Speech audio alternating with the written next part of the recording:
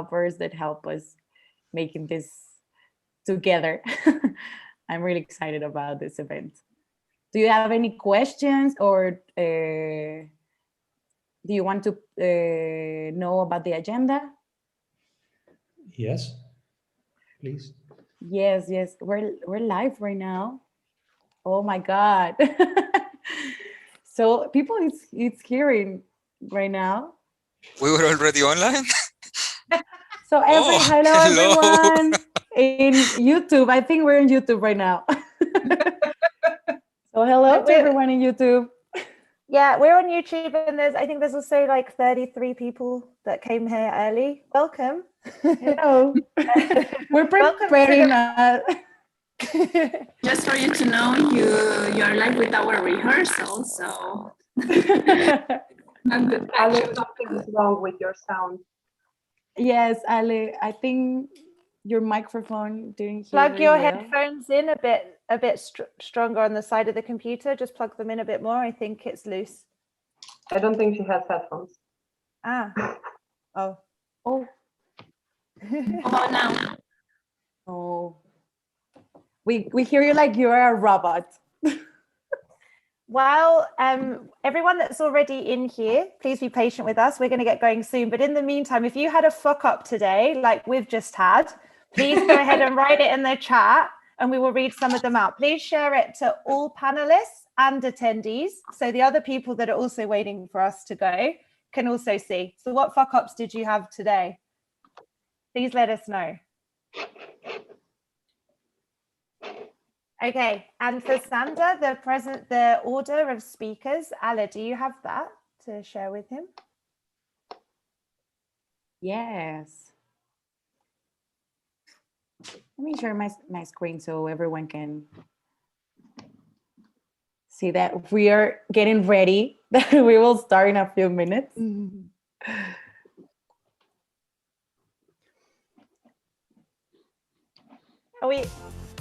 we have some music too. I was getting ready to sing.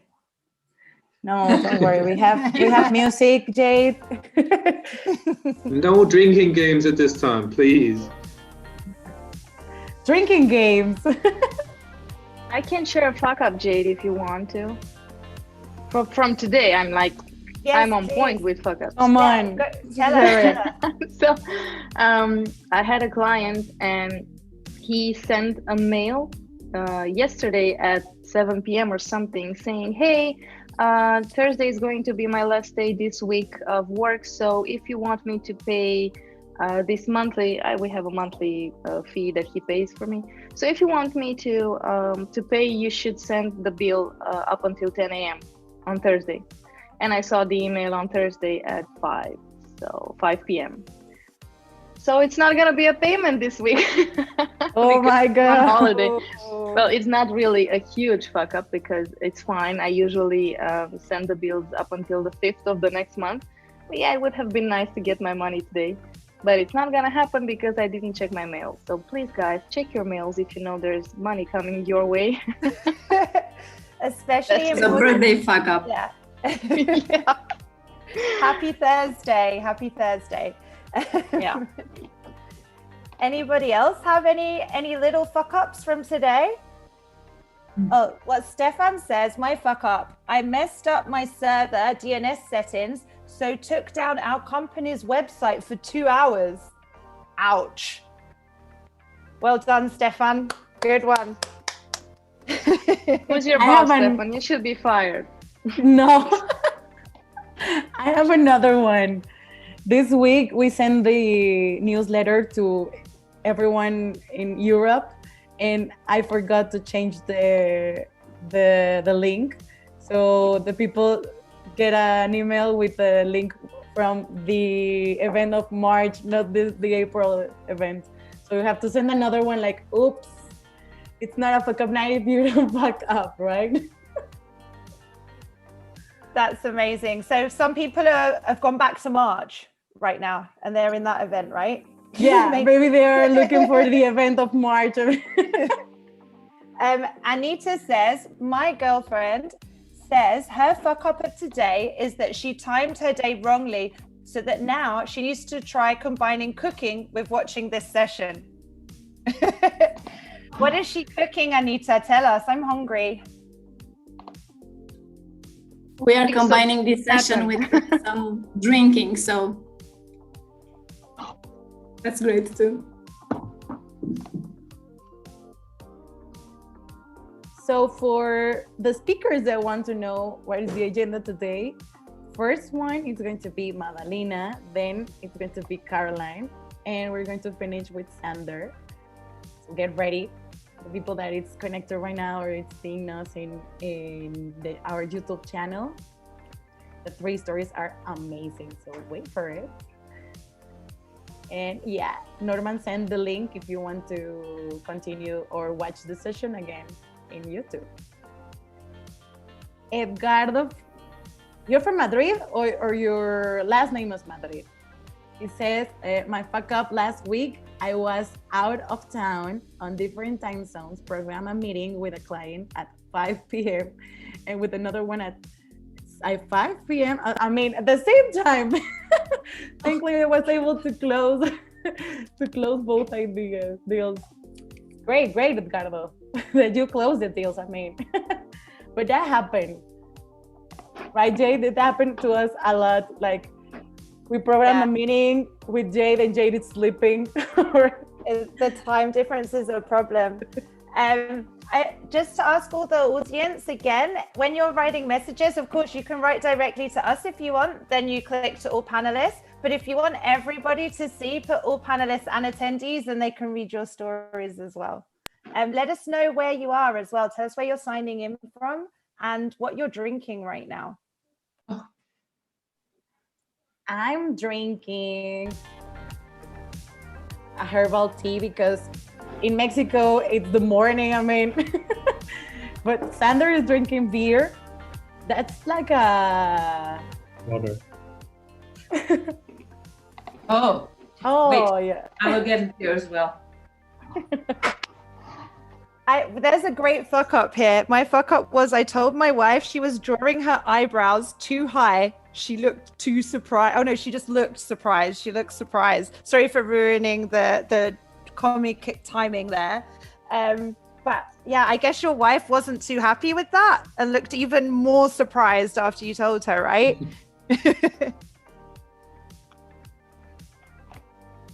Hi, Amsterdam. Hi, Monterrey. Hello, Hernan from Monterrey. I'm from Monterrey too. I was there yesterday with my family. From Stockholm, Amsterdam, Hamburg, Portugal. Saludos a todos. Hi.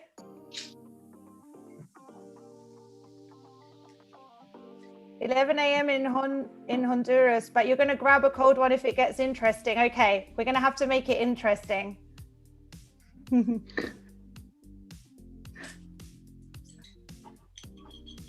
Hi. Hello, everyone from Mexico.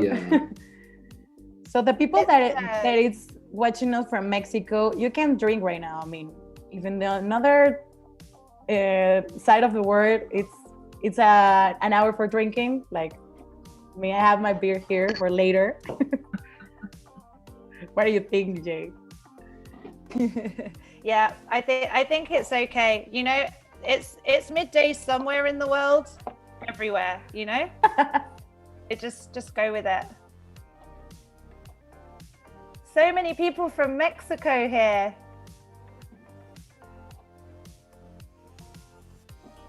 It's too many. Oh, this is so great. We are 125 and it's just Yes. starting.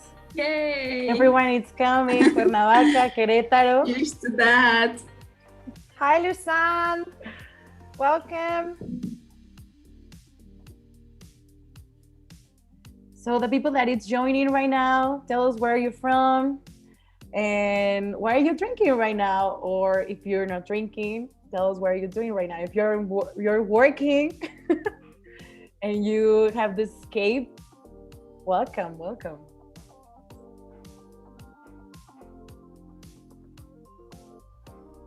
Coffee because it's 10 a.m. Yes.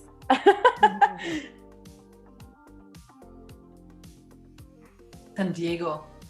Canada, Switzerland, people from a lot of places. Thank Dubai. you for joining. We're starting in a few minutes. We're just waiting for everyone. We started earlier because of fuck up.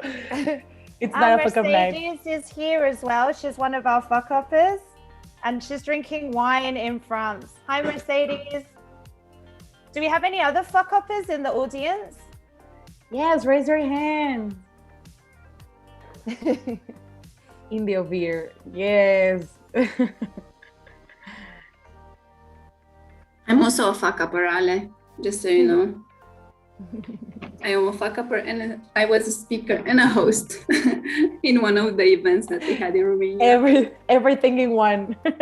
Mhm. But who doesn't have a fuck up, like really? Do you have a fuck up this week, Ale? Yeah. So now I work for global company, and we have this big client, and they asked for a service, and we couldn't tell them the cost because we didn't really know how we should proceed with the move, because we are changing our business model.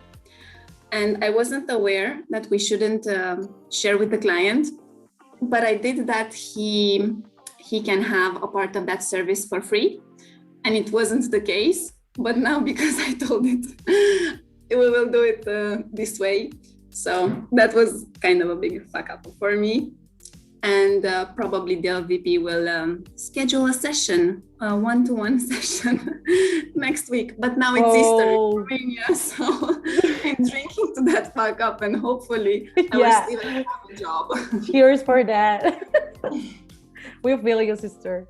Yeah. I actually think this was a lucky fuck up, actually. It's nice to have a chat with everyone before we get going. Yeah. Drink, yeah. We can feel like this is a family of people that shares their failures. I mean, we've got all these different cities and all these different drinks. We've got wine, cider, tea, beer, coffee. What else? Christy. Yes, it's recorded. It's going live on YouTube, so you can find it on our YouTube channel. yes, we're going to send them the link here in the chat. Let me copy so you can watch it when. Dirk's drinking milk. Amazing.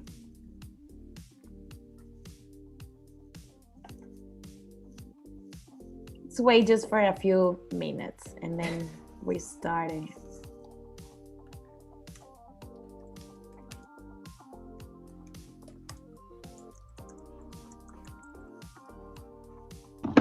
Hi, Buenos Aires. Hi.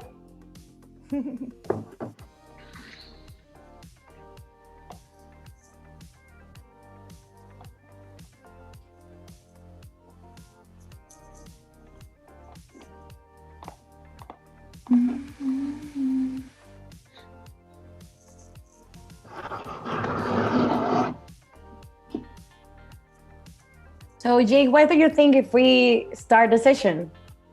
Yeah, I think we're ready. Yeah, we have Are you ready? a lot of people. Yeah. You're ready? So let's start with the session. Oh, I just ended the music like pretty quick. So welcome everyone to this amazing night and morning for everyone to share stories of failure. Thank you, Jade, for being here. And in this edition, thank you for everything. And what about we start? Why don't you? Yeah. Why don't we talk about the rules of the game? Yeah, we have a few rules. So everyone should probably know a little bit about Zoom already, I imagine. But you'll see at the bottom of your screen, there's a box there that says chat. You can click on that, and you can choose to write to all panelists and attendees. Now, remember, in these events that are in person and we can see people, we can feel people, it's much easier to speak in front of a crowd like that, right? It's really weird speaking to your screen. So please, if you're on the computer now looking, please be vocal in the chat. We're reading your comments. The speakers will appreciate it. So we can't see you or hear you, but you can clap like that. You'll also or use emojis also in the chat. Yeah. Emojis are also amazing. I don't know how to do those in these chats, but I can see that Steph does. I can teach you, girl. So yeah, use emojis. And also you'll see down there is a Q&A. Because there's quite a lot of you in here tonight, if you've got a question for a speaker, please put it in the Q&A and not in the chat, because the chat moves up quite quickly for us and it's hard to keep track of it. So when you have a question, put it in the Q&A and we will try to make sure that it's answered. Apart from that, I think it's on with the show. Yes. So let's talk about what is Fuckup Night. Maybe some of the people in the audience didn't know what it's Fuckup Night, and they say like, who are these crazy people that have that rude name? Or maybe you're a fun fan and you know about us. Let us know in the chat if this is your first time, or did you know us from a long time? And if you're a family or a Fuckupper member, also say hi. Or say hi to us. Oh, there's lots of first timers in here. Wow. Welcome to this amazing land of failures. Okay, so for those of you who it's your first time or you don't really know what Fuckup Nights is, we are actually a global events movement and community, and we meet together and talk about professional failure. So anybody who's signed up here thinking they're going to be going to a sex party, no hard feelings, but please this leave is not now. the place. Yeah. Okay. So what about we know more about Fuckup Nights in this video? So let's see it. Failure is everywhere. In business, communications, technology, politics, art. But we're constantly told that failure is wrong, that it's shameful. Nobody talks about it. Well, we do. Fuckupping is a global movement that helps people break free from the paradigms that limit their lives. We use failure to encourage difficult, vulnerable, and meaningful conversations. Fuckup Inc. was created in Mexico in 2012 when 5 friends got drunk on mezcal and someone asked, why does everybody always talk about the Zuckerbergs and the Gates of the world, but no one ever shares their failures? Since then, we've worked to share the failure through initiatives that challenge the status quo and transform failure into radical solutions that help people make better decisions.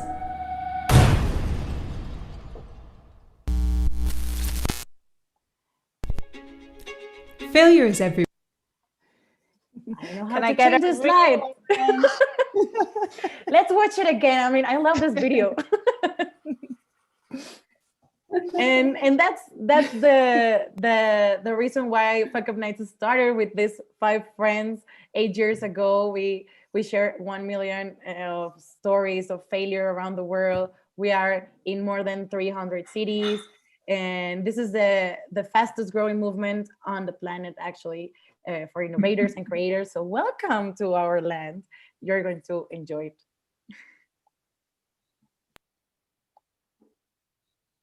And yeah, we have one simple goal. Simple. We want to help people break free from the paradigms that limit their lives. Yeah, it's very simple. But we believe in living a life without filters, and we have the difficult conversations, which is what we're about to do. And just like that, with that in mind, we started working with a lot of companies like the ones that you saw in the screen. And we create the Failure Institute. This is our alter ego. I mean, we entered to a lot of companies and we talk about failure. We have this amazing programs. So if you want to have an amazing event online like this, or when we can do it present. just send a message to the Failure Institute and take Fuckup Nights to your company. I mean, that could be amazing. And don't be afraid to share your failures, because this is our mantra. Failure sucks, but instructs. This is one of the team, the Fuck Up team invented this mantra, and we love it. We share it with you.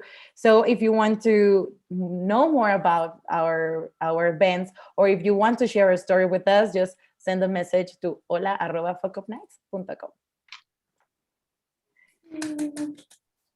And also, anybody who is wanting to watch this event again later, or share it with your friends, or whatever, you can go to the YouTube channel, and it's being streamed there live now. So please share it, but it will also be there for you to watch back on later on.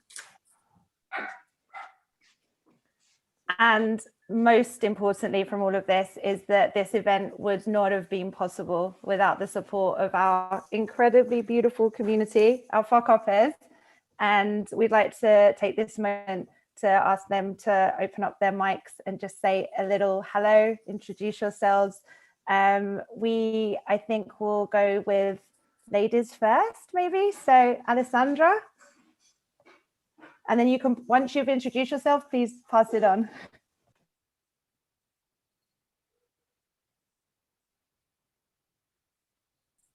I was on mute, of course. Thank you, Jade. Yes, my name is Alexandra. Alex Ale works the same. I'm very happy to be part of the Fuck Up family. We started this journey together 3 years ago, and very happy to be on board still. I think it's inspiring, and the fact that the community join us every time and makes a big wave about the Fuck Ups is a confirmation that you are doing a great job, and that those 5 friends were super inspired to bring this to the world. And I'm very, very happy to be here, and thank you to all the participants that are joining and are sharing their time. I hope it will be an investment for them, because I can honestly tell you that I am better since joining the Fuck Up Nights. I avoided a lot of fuck ups in the business and in the entrepreneurial domain. So thank you, and I hope you will enjoy this night. Now I will pass the mic to Steph. She's a good friend, and no, you don't want the mic? Okay, then I will pass the mic to, sorry, I should introduce now Mada? No. Robert. We've got Robert. To Robert or to Alejandro. Exactly. Yeah. Okay. Steph, you're a bit shy tonight? Okay, sorry. Robert, you have the mic now. Yeah, thank you. So, hey, together, this is Robert. Talking from, or joining from Hamburg, Germany. So I'm leading the chapter here in Hamburg, and I'm really grateful to be here tonight. For German time, it's 7:15 p.m. and I saw a couple of people around the world, and even in India, Silicon Valley, I saw. So hey to the world, it's quite fantastic to be part of the International Fuckup Nights. As I said, I'm leading the trademark here in Hamburg. We had a couple of events before the pandemic, and now we are dealing with a couple of events within the pandemic and doing it online. So using all the advantages from online events, and for sure being in contact and staying in contact with our network in terms of failure culture. So hey, it's good to see you all. It's good to see some quite known names in the chat, and hey, good to see you all, and hope we have a good night. So let's go ahead with somebody else. Who else is trying to be? Alejandro. We have Alejandro. It's quite easy for a German guy to just pick a name out of the bunch of people. Everybody is called Alessandro, Alessandra, or Alejandra. So go ahead. Thank you, guys. So we wanted to continue with the tradition of an Alejandro or Alejandra in the discussion. So yeah, I am the Fuckupper in Frankfurt. We started already last year with some online events. Actually, we were already hit by Corona. So we started last year and we had already 2 events. They were very, very good. And we are super happy that we have now 1 charter in our city. So I am delighted to be today here and to be able to participate in the event, and of course to invite you to participate in our next event in Frankfurt. You will hear shortly from that. So very, very happy to be here tonight. Thank you, Alejandro. And Robert and Ale, thank you, Steph, also for the coordination of this event. So let's start about hearing the stories. The first speaker is going to be presented by the other Alexandra. Yes. So the first speaker is Madalina, and Madalina inspired us a lot with her story and with her career. As you know from the presentation, she was manager, and after that she was a business manager, and after that she was a CEO, and she tapped a bit the investing side. And now she's hosting a great podcast. And I am super inspired of her stories and her guests. But of course, to reach success, you need to have some stories that are a good teacher. And I want to thank you, Mada, for joining us tonight and letting us know some of your lessons, and good luck not to fuck it up. And the mic is yours. Okay, thank you, Ale. Hello, everyone. I'm really happy to be here. Oh, this is so nice. Yeah. So I'm here to share a story about failure, because in my podcast that Alexandra just mentioned, I also talk with people about making their thinking visible, and some of the contexts that they share are about failures. So here I am making my thinking visible about one of my failures. Alexandra mentioned that I was a CEO. Well, that's nice to say, but I do not have the training to be a CEO. I was just the only person in the company doing everything that needed to be done. It was a small startup.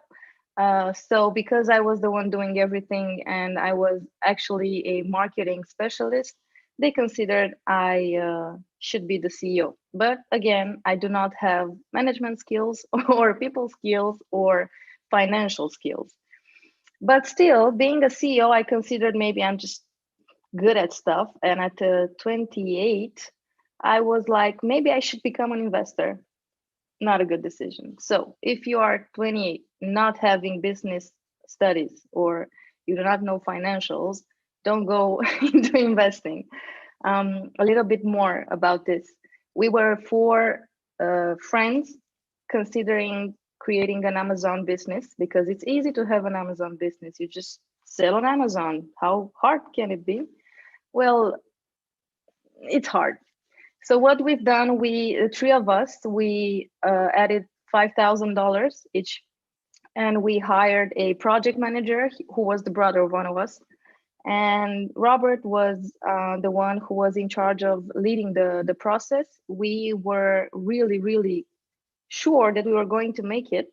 So we started an Amazon business with all the payments that you have to do before starting to make money, because Amazon is rich for a reason. So we did the investment. I managed to buy Robert a course from some specialists in Amazon business, hoping that Robert was going to follow the course and do step 1, step 2, step 3. And we have the course, we have the guy, so we're going to be millionaires in 3 years. The main mistake, the first fuck up, was that we did not have contracts. So I was an investor just sending money to an account of one of us and having faith that I'm going to see that money coming back. They didn't come back to me. I just lost the money. So first fuck up, we didn't have contracts, none of us. So it was this was the first lesson: do contracts in every context that you can. If it's business, you have to have a contract. The business went on for 1 year. We were supposed to meet monthly. Robert was supposed to give us a financial something report about things. I was the only one in marketing, as I said. The other two were in completely different fields. So every time we talked with Robert, I was asking the marketing and sales numbers, and I didn't get clear numbers. It was like, oh, but Amazon needs to approve this, and we need to approve that in China, and the controller in China stood us up, so we have to pay another controller. And I was like, okay. We had 4 months with monthly meetings, and then the monthly meetings stopped. So in June 2019, I wanted to get out of the business. So I asked for numbers again to see if I can get my money back. And when I got the numbers, I realized we were in debt, a lot of debt, because Robert screwed things up. He didn't manage to pay on time some taxes that Amazon asked. And we were having fines, and Amazon people were calling and they were asking for more money. And Robert didn't say anything for 3 months. So in the 4th month, when I asked him about numbers, he was like, well, we are in debt with about 3,000. So you should do something. I should do something. And Robert said, yes, well, you're a marketing person. You should do something. And I said, okay, this is going to be my last action in this business. So what I did, I instructed Robert to do I don't know if you've heard of, it's called BOGO, buy one, get one. It's really popular on Amazon to do this type of campaigns in order to to clear the stock, because it's expensive to have products in Amazon's warehouse. So he did that. We had the campaign and we sold about 150 products, but we had 3,000 there. So it was a lot. I got scared because I realized we are not going to sell those products. So I started to search online, how do you close one Amazon business? I mean, okay, so we are bankrupt. We should be able to close the business, right? I mean, that's what you do in the real business world. Well, not on Amazon. Amazon says, sure, you can close your business and your seller account. You just have to clean the warehouse. So you have 2 options. You either sell all your product, or we can send them to Romania in my home, like all the products. So that was not an option. I got really scared because there were a lot of money. So Robert was saying there's nothing he could do because he's not a marketing person. The other ones were really supportive, but they were like, okay, but we do not know the field. We were just investors here. So I went online. Thank God for Facebook groups with people that know business and that buy Amazon businesses, because I found there's someone.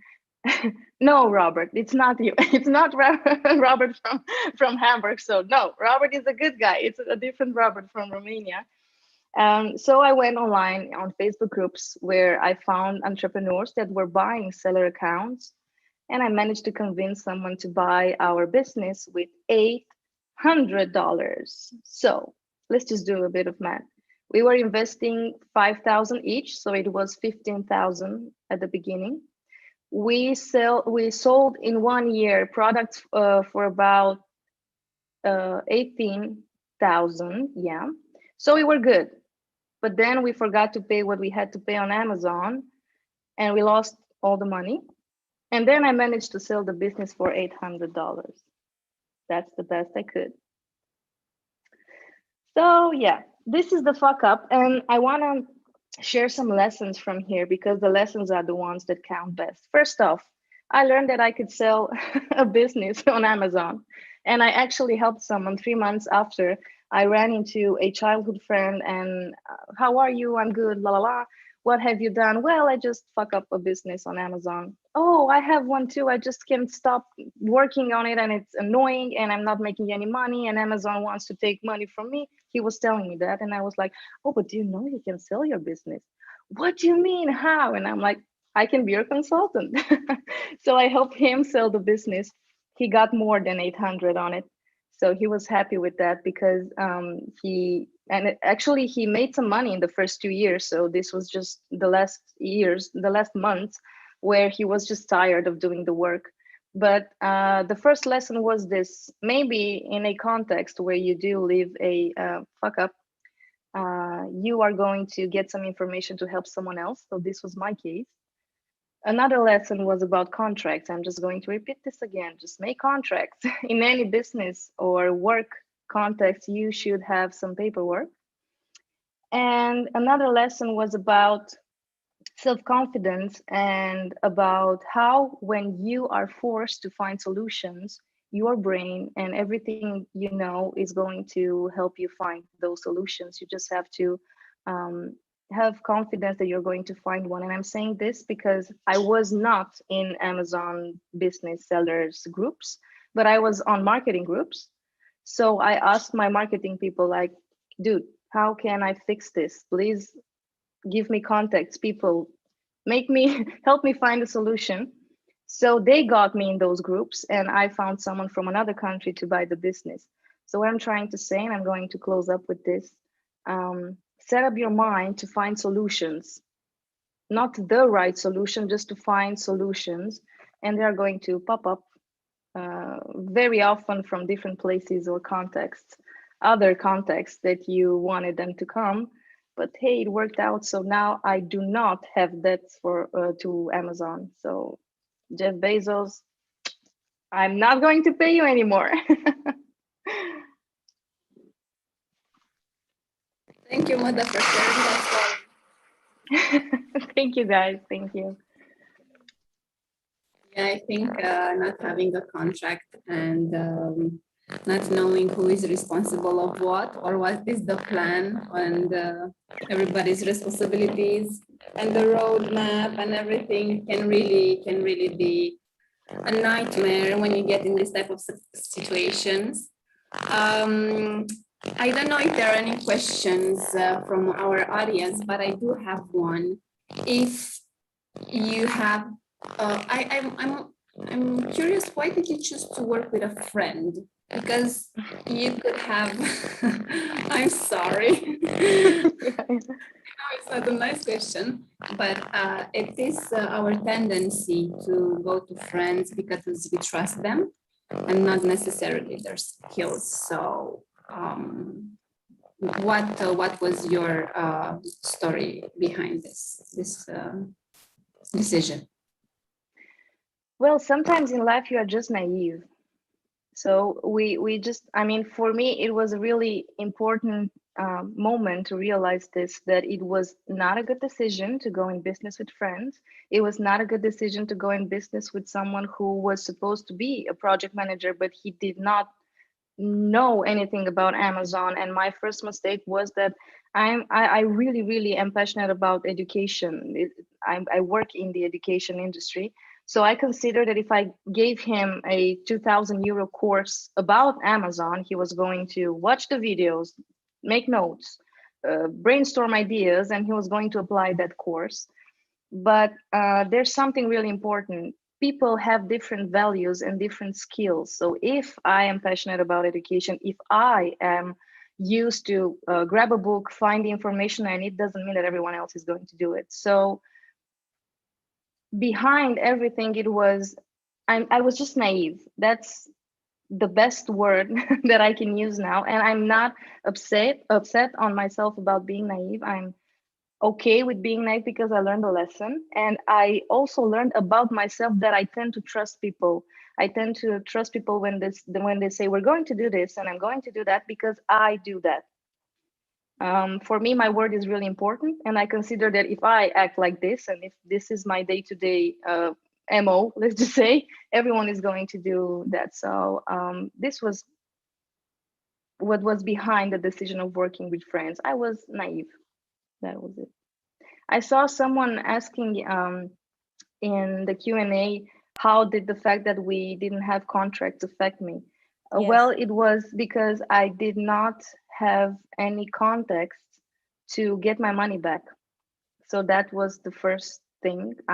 We didn't have any paper. There was no, okay, you invest 5,000 and you're going to get 10,000 in 2 years. If not, this is what's going to happen. We did not have anything, and this hurt a lot because I couldn't get any money back. So this is why I am now a really a big fan of contracts. And of course, my new business partners were super pushed to give me contracts, and I wanted to read them, and I wanted to be sure that everything is on paper, because I think this is a respectful way to do business. Yes, I'm going to continue with the Q&A because Alice's mic is not working well, but yes, you're right. The contract is a very important thing to have in any business. So you have a lot of questions, but here is one. How are your relationships with these friends now? I mean, did you manage to keep the friendship after this fuck up? That's a very good one. No. So I still am in contact with one of them in a business context, because he's really good at what he does on the business side. But with the other two, I do not have any contacts. I just met with Robert on the street, just walking around, just weird.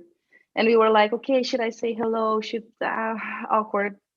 But he said hi, and he started a conversation with, I'm sorry I did what I did. I wish I could have done more.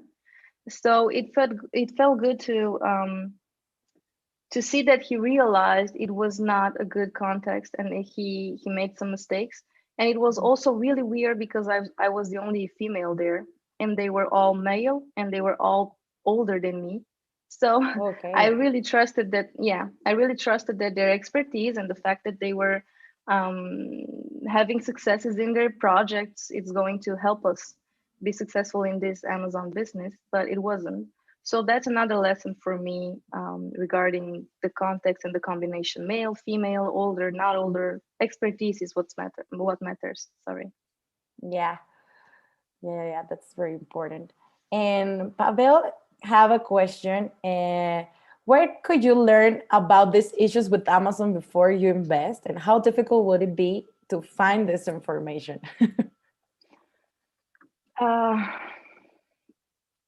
To sell a business on Amazon, or to sell on Amazon? I think it was to sell a business. I mean, that was the... Okay. Well, there are groups where there are people who have business seller accounts, and some of them are really good at making money on Amazon. Some are not. So the ones that are really good at this, what they need older accounts. So my account was already 1 year older. So he was considering it to be a good seller for Amazon because the reviews were okay. It was just the marketing was not okay, but the account looked okay-ish. You could, if you had the knowledge to do business with it. So there are people who are good at this, and they buy accounts to make them bigger. And also, for example, this guy who bought my account was from Moldova, and he later sold it to someone from US. Okay. It's a business also. Buy accounts from naive people to save them some money. Yeah. And the last one, here Alejandro said, what else do you recommend for choosing business partners? I mean, you just tell a lot of tips, but do you have another one? Yeah. When choosing business partners, you choose people, human beings. So it's really important to know humans' values. And I'm not talking here about the values that organizations write on their walls, like being good people. That's not a value. Values, and there are tests to determine the values. I really strongly recommend to everyone to find John F. DeMartini's test. It's 13 questions, and you find the values, because the values and the order of the values are going to prove if there is really a compatibility between you and your business partner, or if it's just hearsay. So values is the most important, because if I have business first and you have business first, then we're going to communicate in the same way. But if I have business and you have family, education, vacations, and then business, you're going to have to be some conflict. So it's important to know the values of your business partners. That's, in my opinion, really important, and contracts. But don't forget the contract. Never.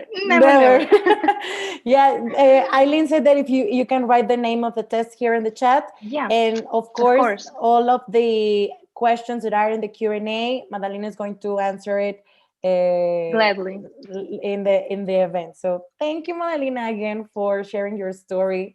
That was an Thank you for amazing having learnings. And yeah, everyone is clapping in silence for you. So again, now I give the mic to Robert to present our next speaker. Thank you. So this picture is not me. Okay, so it's my pleasure to introduce Carolina. Carolina is one of the Hamburg, let me say, old stars, VIPs. She shared bravely her story a couple of times, and that's why I'm really proud that I'm the one who's able to introduce her. Yesterday, I had a short phone call with her, and I would like to let you participate on the content. And I said to her, Carolina, could you please give me some short words or short introduction sentences that I could do you a favor? And she said, no, I don't want to. Please use whatever you want to. And I said, no, I just want to bring the right focus on you, because you are amazing and you are brave and you are motivated to share failure and you are part of the Fuckup community. That's why I wanted to spotlight the right things.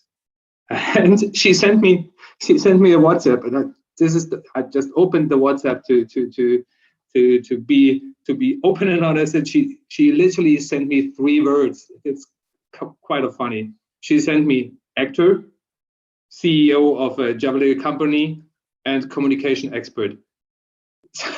So it is quite straight. It's quite forward. And if you now met her, you will literally see what I meant if I said she's straight. She's very focused. She's very open. She is honest with her story, and I'm really glad that she's here, and I'm really glad that she's sharing her story.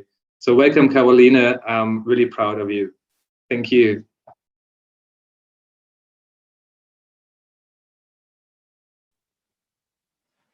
Wow.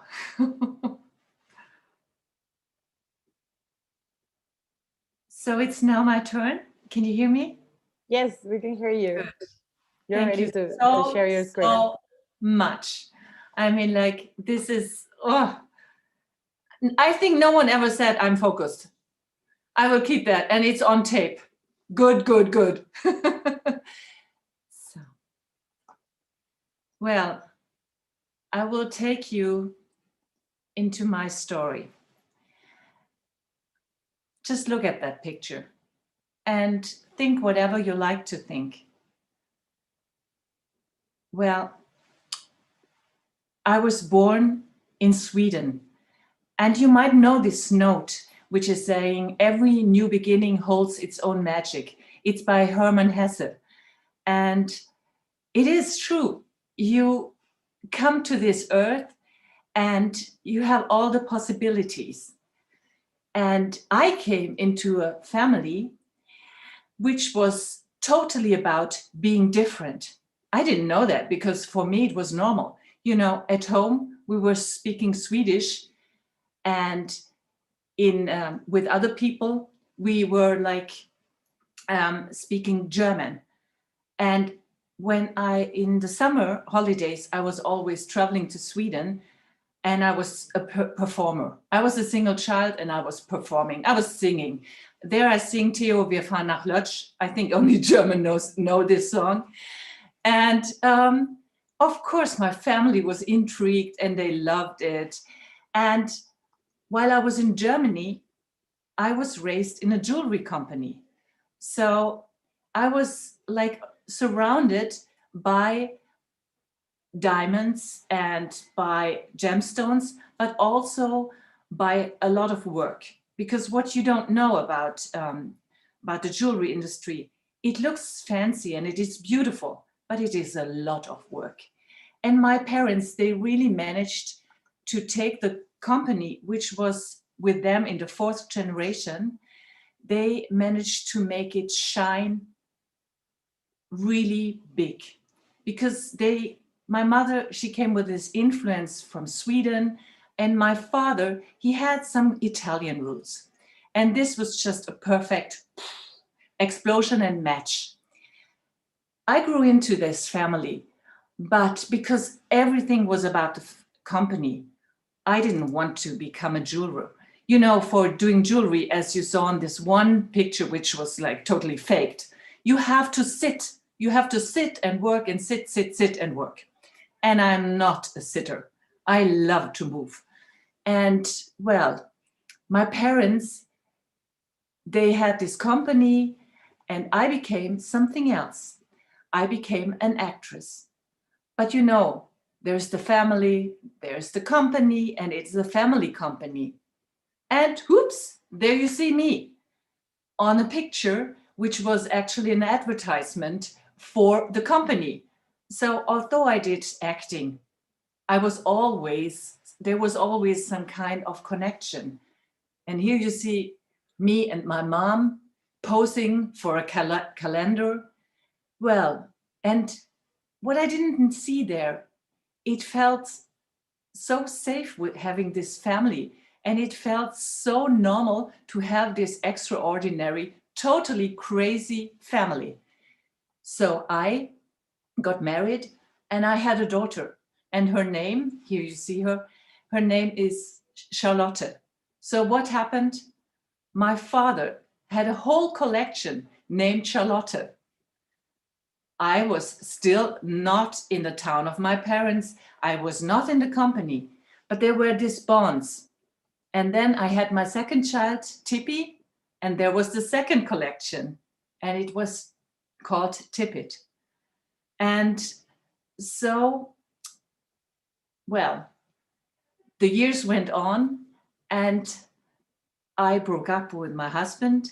I went to Berlin, and my parents, they asked me to join the company. And I was like, Well, I was 40 years old, and somehow I thought, yeah, let's do that together. Because as you can see, we're kind of a special family. There you see my mom stepping ahead. Then you see Tippy, like my father always in between all these women. Then there's me, also like carrying something. And in the back, my very intelligent daughter, Charlotte. Oh, I won't say Tippy is not intelligent. She's, of course, too. And so my father and me, we worked together. We tried to do designs together. There you see us in our old house. And well, my father and me, we're pretty much the same. And as you can see in this picture, there has been some conflict. But you know what? When I started, I had so many possibilities. And you have to know this company, we had like, at that time, I think we had 100 employees and we had shops around the world. And when I started, we had a turnover, we had a lot of millions. And we did productions, and I was even at the Vogue in New York. And they wanted, you see this collier which I'm wearing? They wanted to have that in the Italian Vogue, which was pretty amazing. I felt like, wow, I own the world. Here you see my daughters. Well, as you see, they were like doing it, but they were like a little bit, okay, it is like it is. And then things got harder and harder. The economy was difficult. And I saw that my father was like doing some decision which I didn't like, or couldn't really cope with. So there was this final talk we had where I said, like, listen, I'm soon 50 and I don't want to be another Prince Philip. Prince Charles, I'm sorry. Not a Prince Charles. I want to be in charge. So he didn't talk for me for 3 days. And after this 3 days, he said, okay, take it. I'm so fed up with you. You take it. And so I did my own collection. I moved to a new building and I had an amazing fair. And after a very, very, very difficult Christmas, you know, at that time it was still, we're talking about 2012, it was still that the jewelry industry made a lot of money on Christmas sales. And we had like not good done. And, but in February, I'm on the fair and I have an amazing booth and I feel like, yes, I can do it. I'm like such a pro. And then the financial guy, the CFO, comes on the booth and he's not smiling. And you know, everyone who knows me, I don't accept people showing too much of an emotion on a fair. You have to be smiling.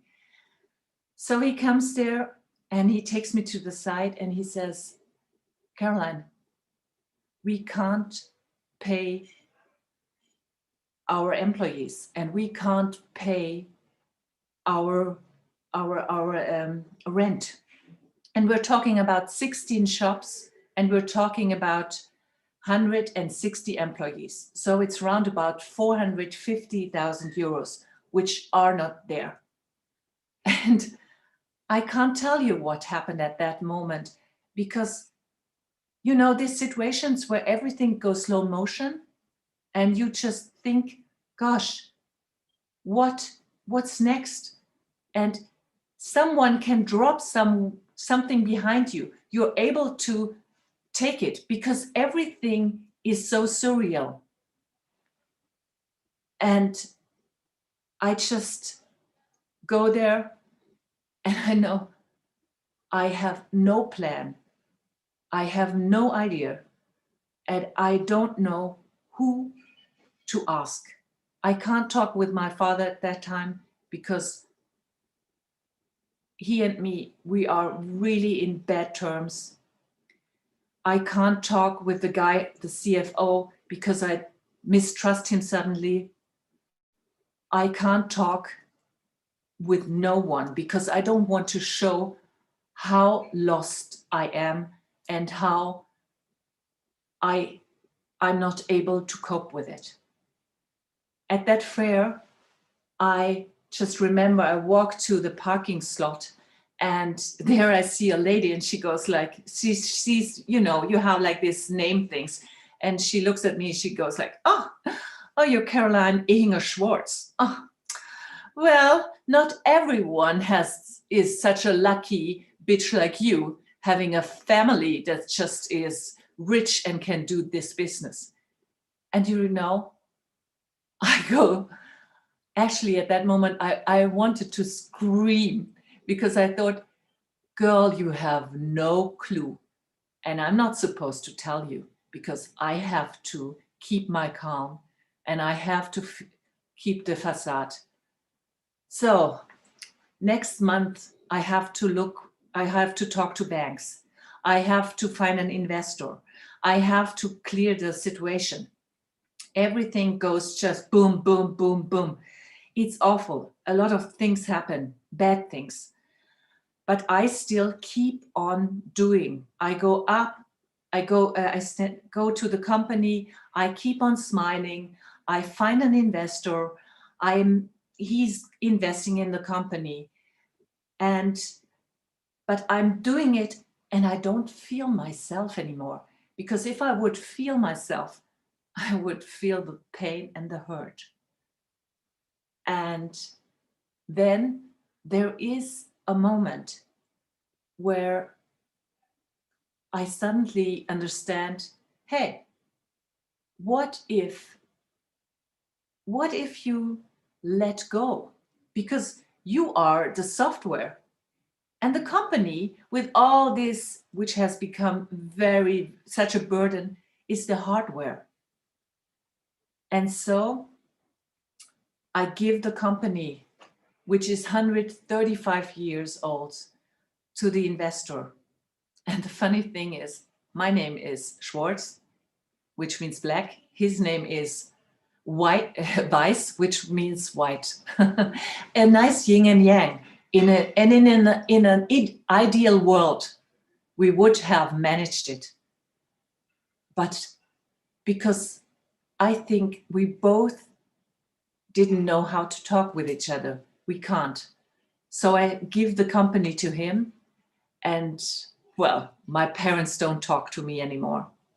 It is a disaster. And then there is this day where I'm back in Ulm with my parents, and I can only tell you something. Nothing is final, of course. And what I forgot, my parents are all about being different, being unusual, being special. So I get along very good with my mom, and I even make plans with my dad. And well, what did I learn? I learned a lot. I learned, this is later. I learned that maybe you saw the Queen of Gambit. Remember the scene when she looks on the ceiling? Always never feel like this is final. Never feel like pushed. So you have to do whatever you need to, what you think is like what other people want you. Be free. There's always a solution. You always find a way out. Never, never, never let anyone else rule your life.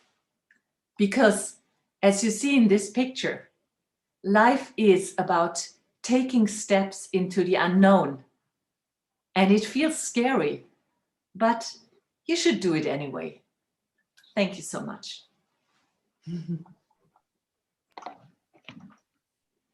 Thank you, Caroline. Awesome. And again, what an awesome and outstanding story with awesome and outstanding pictures to say. Huh?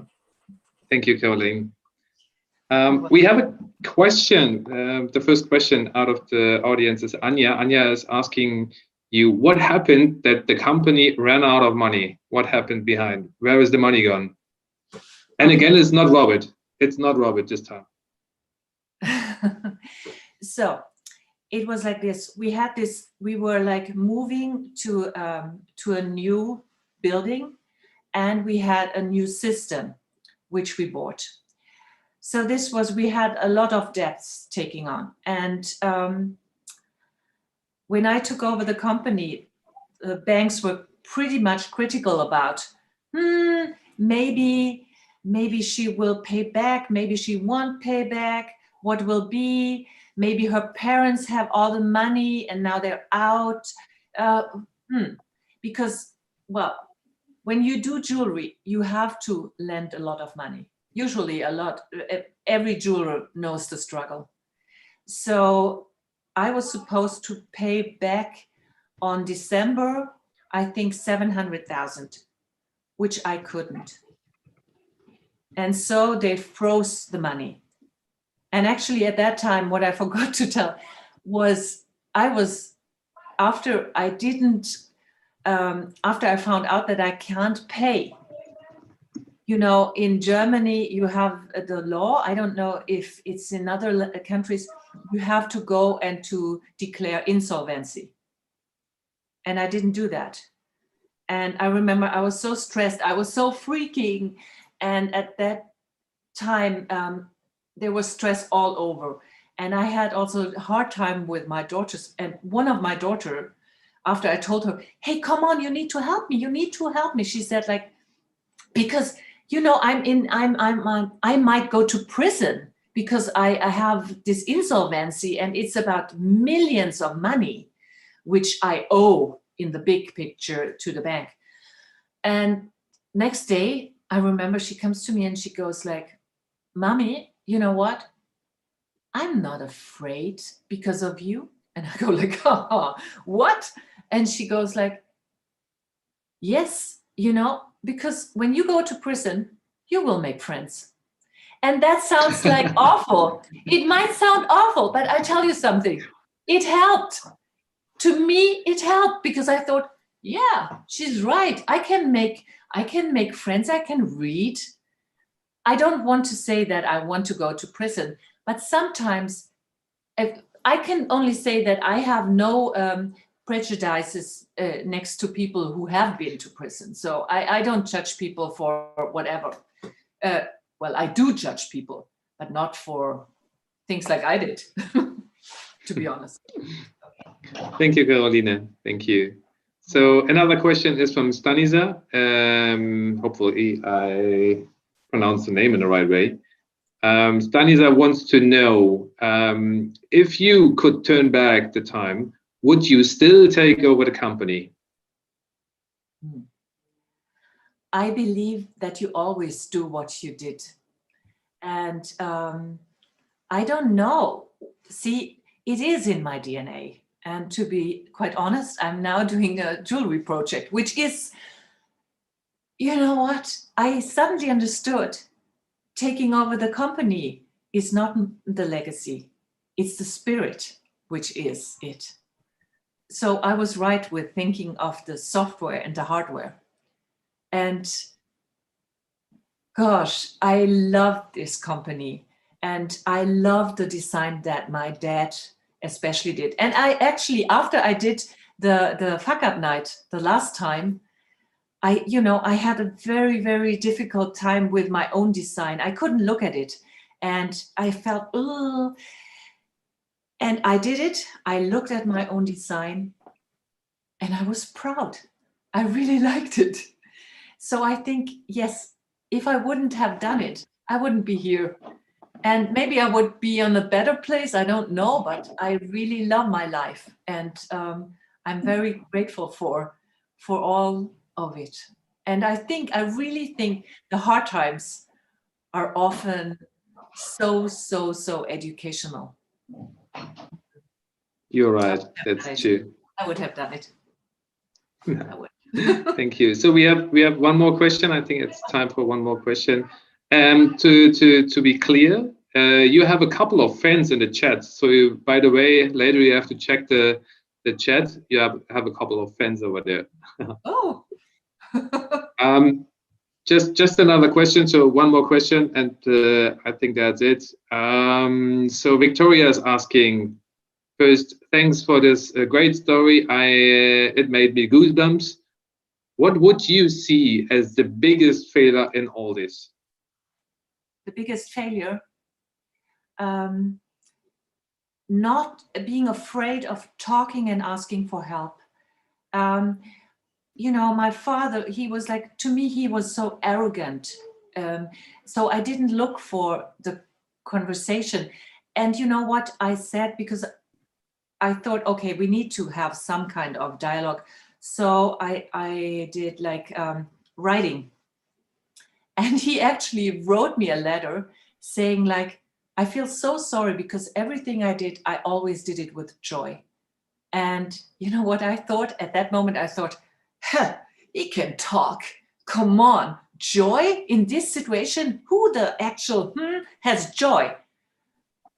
But he was right. He was so right.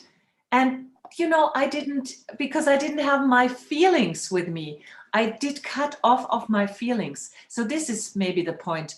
Never, never, never lose, even if the feeling hurts, go into the feeling, because then it's not permanent. Because I was so long in a permanent state of The only time I was really in my body and in myself was when I did design. I was really diving into design because this has been in my childhood always. This sketching brought me to another world. Thank you for this question. Thank you. Thank you, Caroline. So fruitful, your story. Thank you. Always a pleasure for us. So I would like to give back to, I think it's Ale, isn't it? It's me this time.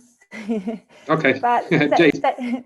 thank you, Caroline. I love that the last note there. Go into the feeling. It's not permanent. That was beautiful. Thank you for sharing your story. Now we would like to introduce our lovely Alejandro from Fuckup Nights Frankfurt, and he's going to bring our next speaker to the stage. Alejandro? Yeah. So we have the third speaker, and it is the last one, but not the least one. So I am very glad to have the chance to introduce Sander, who will speak today about the dark side of the apparent success of startups. Before we start with the presentation with the Fuckup, Sander, I will just give some words to Sander. So actually, he's a scientist from background, but he never went into the scientist world, let's say, or the work. He actually have been co-founder of several startups and companies. He has been as well CTO, CFO, and CEO from some of them. At this moment, he is the CEO and co-founder of Onless. He is living now in Amsterdam, and he has some hobbies like teaching Kung Fu on the weekends and spending time with his pet snail. And if I am not wrong, Sander, you have already participated in some of our Fuckups before with some discussions about entropy and chaos in general. But today the Fuckup will be focusing on the dark side, on the startups. So more or less what we don't get to see in other occasions. So thank you, Sander, and now we let you start with your Fuckup.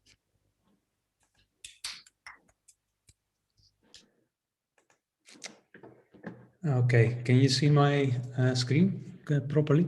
Can you hear me? Yes. Perfect. Okay, cool. You see the entropy symbol there, right? Am I correct?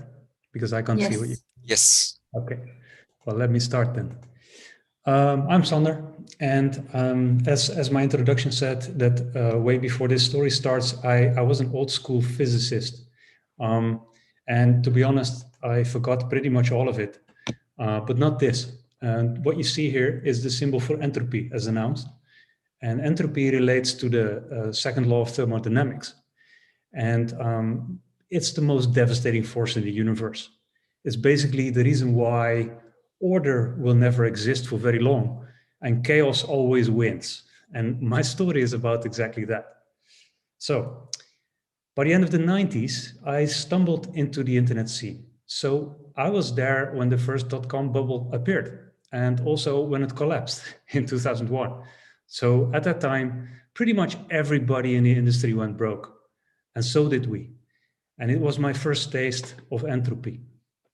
So anyway, a few years later, around 2005, I think, I was asked to become chief architect at a tiny startup called Album Printer. This company allows you to order physical photo books from digital photos. And you may know it under its new name, Albelly. And this company was a huge success.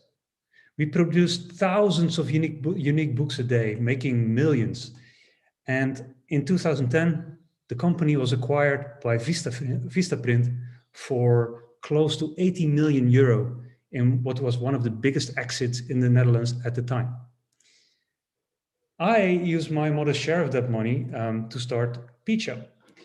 And Picho, its platform, it powers apps and websites that sell their digital content as customized prints.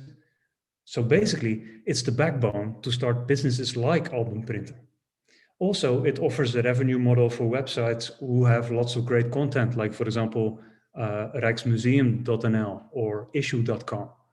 It's basically a super scalable business model, and we were on a roll, we were in the beginning, because things got out of hand quickly. We became kind of famous. We won competitions from the Next Web and the Accenture Awards. We were covered by TechCrunch, VentureBeat, The Atlantic, The Economist, even CNN. And my co-founder Martijn and I, we got featured in Quote magazine, which is a magazine about rich people in the Netherlands. as new heroes, not once, but twice in 1 year. Even Wired magazine crowned us the hottest startup of Amsterdam with a big spread photo. But that's probably when it got to my head. At that point, I really believed I could do anything. Like I felt invincible, maybe immortal almost. And then entropy hit us much harder than ever before. So just for context, bad decision making is often caused by being overconfident. So if your life goes really well for a while, it sort of creates an illusion of control. So in my case, it led to what, for example, scientists call overplacement, which is heavily overestimating your own capabilities. So basically, I started taking risks that I shouldn't have taken. And it was only a matter of time before something would go drastically wrong, like either professionally or in my personal life, whichever came first. Well, besides technology and startups, I'm obsessed with sports. So in particular, fighting. And I started off with Kung Fu and then gradually increased the level of violence to end up with MMA at the time of this story. And MMA stands for Mixed Martial Arts. And that's essentially cage fighting. And in the summer of 2012, at the peak of all the media attention, a training session went horribly wrong. I had an accident in the ring and ended having a big stroke about a week later. I lost about a third of my brain that day. I could not speak or walk anymore. And it took me 2 years to recover with the help of doctors, physiotherapists, neurologists, and even a foundation to help me cope with the social impact of brain damage. And some of that damage is permanent. Maybe you don't notice it, but I still have trouble speaking. I feel nothing on the right side of my body. I have only partial vision in my right eye. And the worst thing, I have virtually no short-term memory. So I may not recognize you even if we just met. Anyway, in the meantime, my co-founder worked overtime to keep Picho up and running. And I kept my head down and focused on our technology, avoiding other people as much as I could. And then slowly things got better. And back on my feet, I eventually left the company to become CTO at great companies like Sumis and My Tomorrows. And in the meantime, Picho bounced back. So under new management today, the company is doing really, really well. Also, I'm currently co-founder and CEO at yet another startup, and it's called Unless. It's a user experience optimization platform. In a very simple and intuitive way, it allows you to test and improve the UX of your existing website with personalized content and features. You can find it at unless.com. Check it out. But what have I learned from all of this? There's a lot to learn. So I'm trying to accept still that everything changes and nothing lasts forever, even if it seems so. And it may seem obvious to you, but I finally realized that no matter how perfect your life is, it will not stay that way. Because the second law of thermodynamics cannot be stopped. So no matter how successful you may seem, it will end. And you will simply have to go with the flow in the meantime. And that to me is a very humbling thought, because it makes me enjoy the now a lot more than it used to. And that's very important. And as for sports, I'm a little bit more careful these days. But I still teach a Kung Fu class in a park in Amsterdam. I kickbox occasionally and I grapple every week. But I even picked up a new hobby, which is called obstacle course racing. And that's going very well. I participated in both the European and the World Championships multiple times now without breaking my neck so far. So that's the good news. So that's my story. And I hope it will teach you how to enjoy the ride and not the end or what it brings you, because that will make your life better. Thank you.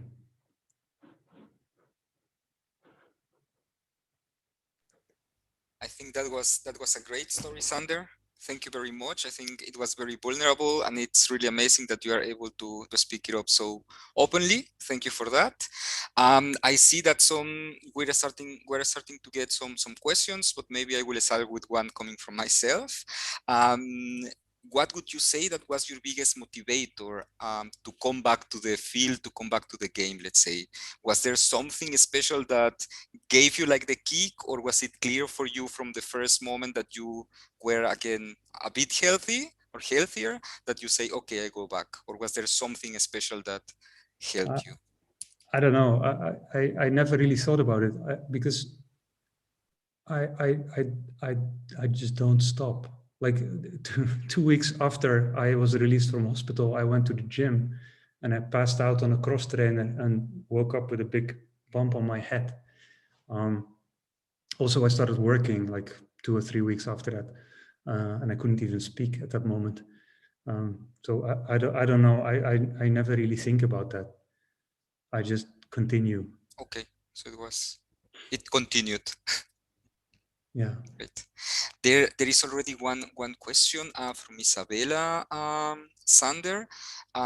She's asking if you think there is a special reason why you had this need to fight. I think it's a bit more on the personal side, let's say. Yeah, well, I actually don't really have a need to fight.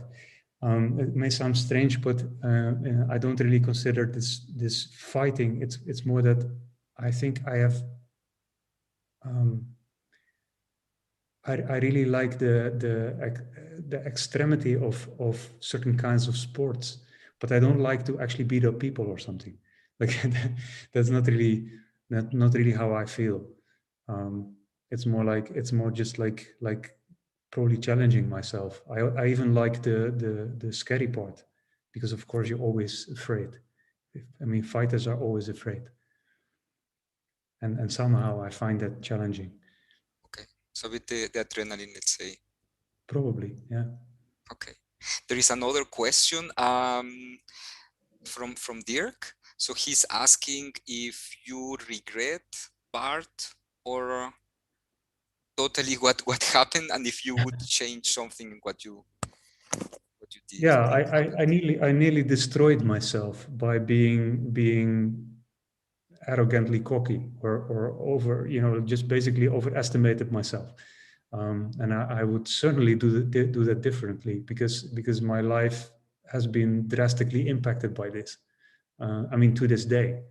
So, and I deeply regret this part of my character where I don't seem to be able to know when to stop.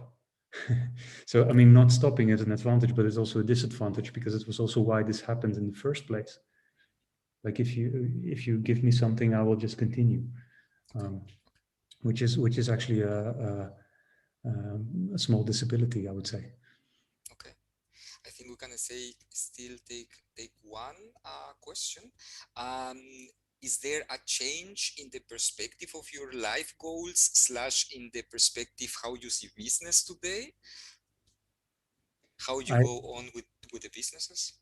I try to do that, but I often forget.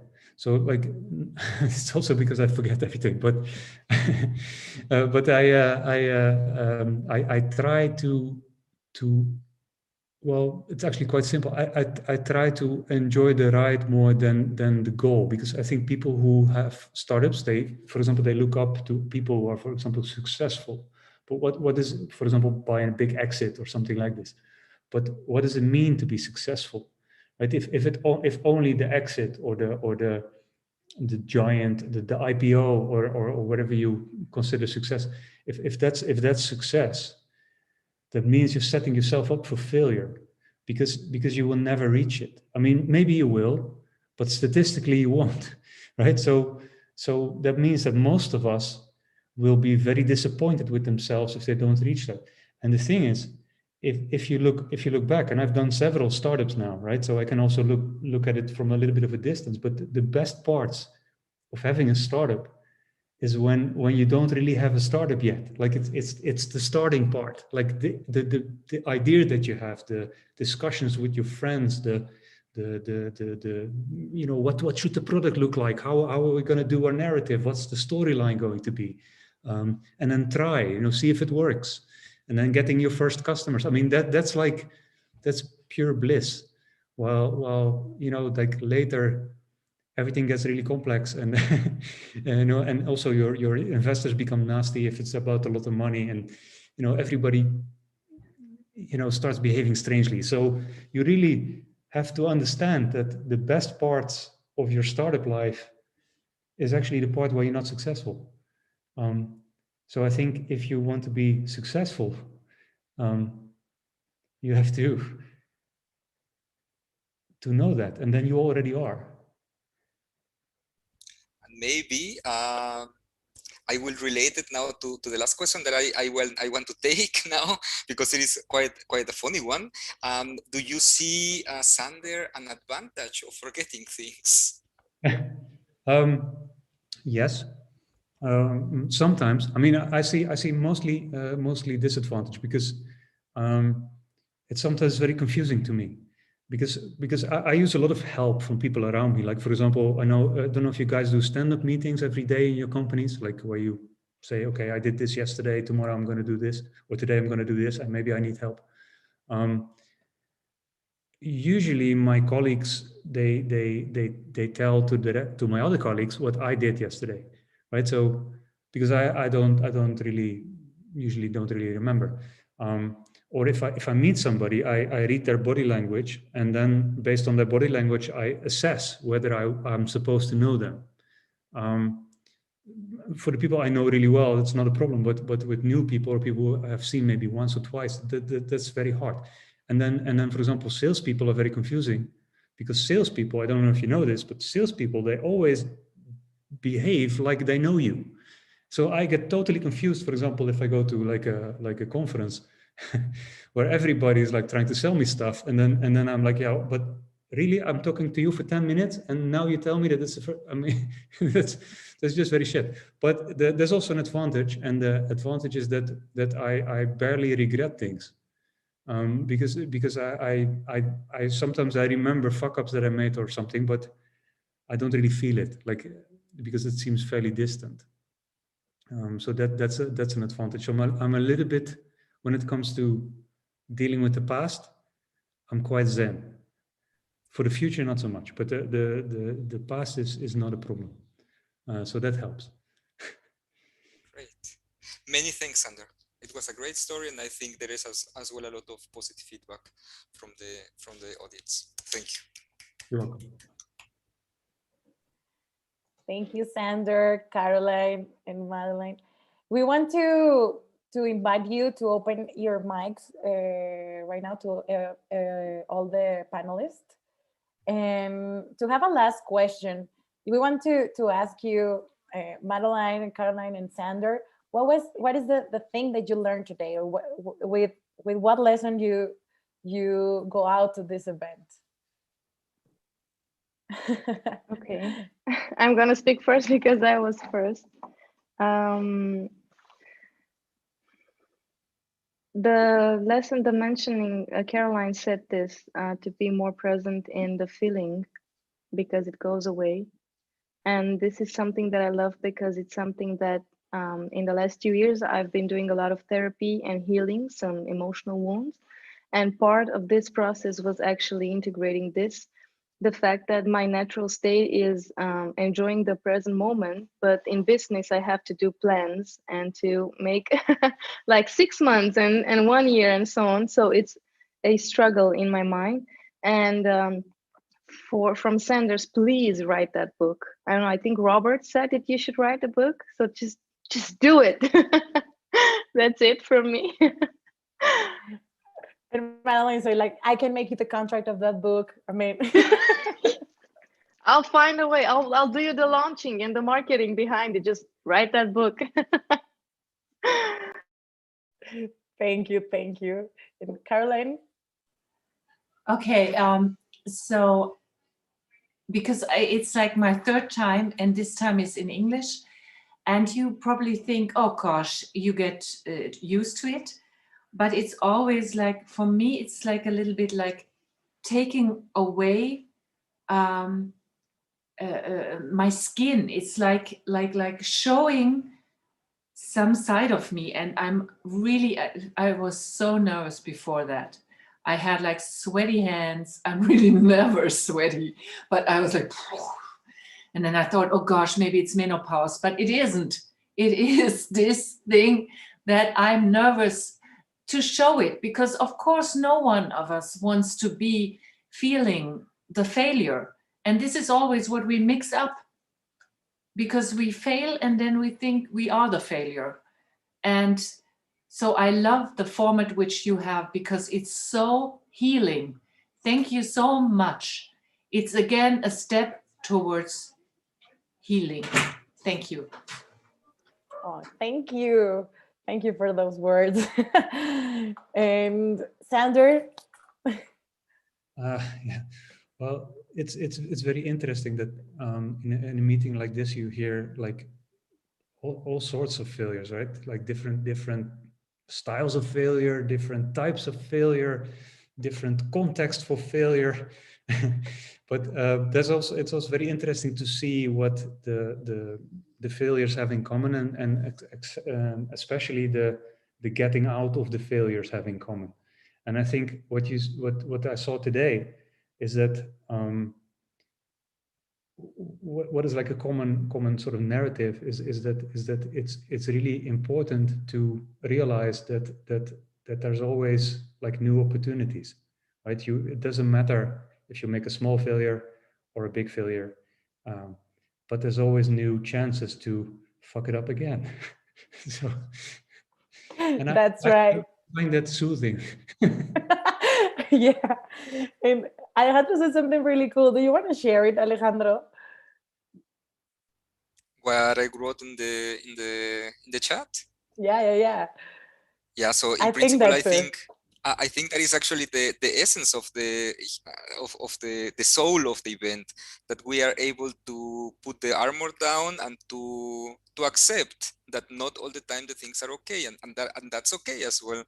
I think basically that is the aim, that we are able to be vulnerable and to share the things as well that are not working okay, and for others to learn. Yeah, I love it, and I really love this session. My heart is like big and big and big and big for these stories of vulnerability. So if for all the people that this is their first time here, please follow us in all of our social media accounts. If you want to hear these stories, you can enter to our YouTube or our Facebook, following our Instagram, so you know more about the stories. And know that for the next session in the next month, we're going to have these sessions every month, so you're invited to that. And Jay, are you there? Yeah. Yes, I'm still here. Yeah. Also, we've got Fuckup Nights Watch. So this is our platform for all of our videos, and the speakers that you've just heard tonight, their stories are going to be up. There's going to be interviews with them on there soon. So go on there, follow. You'll also be able to find a lot more failure stories to listen to and learn from. Yes, and if you want to continue with the experience and take this experience to your company, just send a message to the Failure Institute, enter, and yes, let's break the paradigms in our companies, because this is Fuckup Nights. This is what we love to do, sharing stories, share your failure. And that's all for tonight. Thank you again to Sander, to Madeleine, and to Caroline for sharing the stories, and to Robert, to Ale, to Steph, and Alejandro for making this possible. I mean, we know that we create this amazing online events, but with the help, without the help of you and sharing your stories, this cannot be possible. So thank you again, and thank you everyone in the chat. Thank you all the people that came. Lots of love in the chat. Amazing. So see you on the next event. Bye. Bye, guys. Bye-bye. Thank you. Good night.